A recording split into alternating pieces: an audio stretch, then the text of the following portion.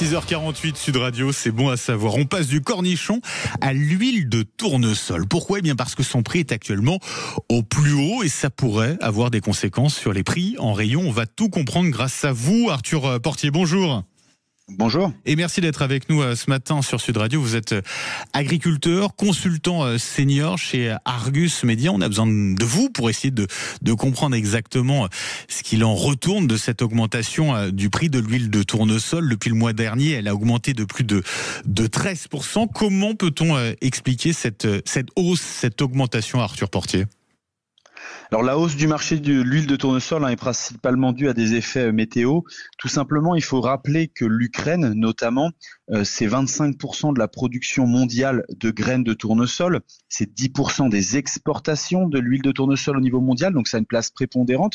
Et c'est encore plus vrai sur l'huile de tournesol parce que l'Ukraine a la capacité à triturer, c'est-à-dire à écraser la graine de tournesol sur place pour créer de l'huile, et donc représente, il faut le savoir, 27% de la production mondiale d'huile de tournesol et 40% des exportations.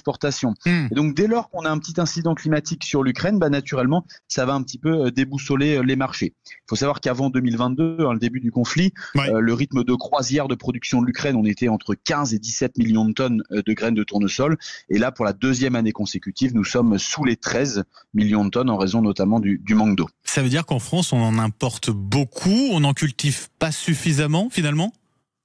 Alors en Europe, nous sommes importateurs, mais il faut savoir que au-delà de l'Ukraine, s'ajoute un autre effet météo qui est celui de l'Europe, puisque dans l'Europe de l'Est, on a une sécheresse particulièrement marquée. En France, notamment, on a également eu des températures très sèches, des températures très élevées, une météo sèche sur les mois de juillet notamment et juin. Donc c'est une culture de printemps, donc ça affecte le tournesol et le maïs.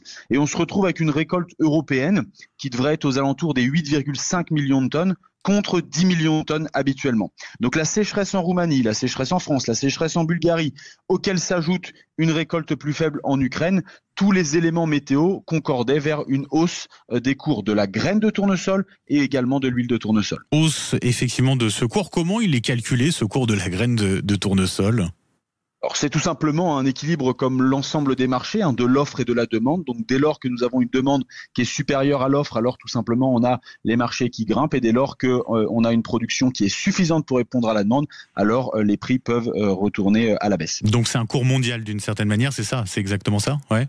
Comme l'ensemble des matières premières agricoles, en tout cas comme beaucoup, on est sur un cours mondial. Et évidemment, quand il y a des flux, des importateurs et des exportateurs de marché, il faut regarder ce qui se passe principalement chez ces opérateurs-là pour essayer de voir s'il y a un équilibre qui se fait sur la scène internationale. Mais pour ce qui nous concerne, nous consommateurs, Arthur Portier, le prix de la bouteille d'huile de tournesol qu'on va acheter en rayon, est-ce qu'elle va augmenter elle aussi dans les prochaines semaines ?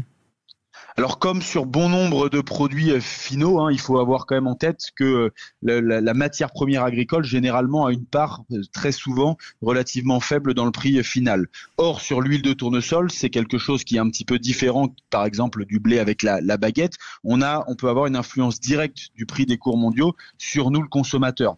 En revanche, beaucoup de négociations ont déjà été réalisées. C'est récemment que la hausse de l'huile de tournesol s'est faite et il me semble que cela ne soit pas forcément trop durable au regard de la baisse que l'on a actuellement sur l'ensemble des autres huiles du complexe oléique, notamment l'huile de palme, l'huile de colza, l'huile de soja qui commence à corriger également en termes de prix. Donc ça pourrait entraîner dans le sillage l'huile de tournesol et in fine, il faudrait que la hausse dure encore quelques temps pour le voir dans nos rayons, ce qui n'est pour l'instant pas réel. Oui, parce que les négociations commerciales entre les industriels et les grandes surfaces, c'est assez codifié, quoi.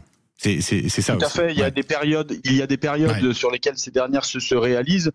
Des ajustements de prix ont déjà été réalisés face aux fluctuations de marché que l'on a connues ces derniers mois.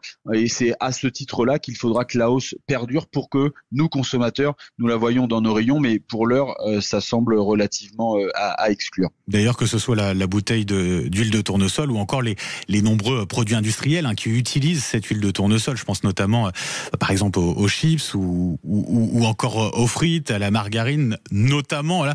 Ça veut dire que a priori, là, on serait, selon vous, sur une augmentation conjoncturelle, pas durable, et donc, voilà, ce que vous nous dites, c'est plutôt rassurant, c'est qu'il n'y aura pas forcément d'augmentation. En tout cas, c'est ce que vous prévoyez sur l'ensemble de ces produits. Oui, disons que l'augmentation des cours de l'huile de tournesol et de la graine de tournesol s'est faite puisque nous avons intégré, comme je l'évoquais, les différents problèmes de production qu'on peut avoir, que ce soit en Ukraine ou en Europe. Désormais, ces éléments étant intégrés, on va dire que le Ouais. gros de la hausse semble fait. Et hors cataclysme sur la scène internationale ou un élément que nous n'avons pas aujourd'hui entre les mains, les bilans sont connus, la pression est intégrée dans les cours et Ouais. donc la hausse future devrait être limitée. C'était très clair et plutôt rassurant d'ailleurs, Arthur Portier. Merci pour toutes vos explications. Je rappelle que vous êtes agriculteur et consultant senior chez Argus Média. Je vous souhaite une très belle journée. Allez, Sud Radio. Merci, au revoir. Merci, 6h53. Dans un instant, c'est l'heure d'accueillir Patrick Roger, le début du grand matin. À tout de suite.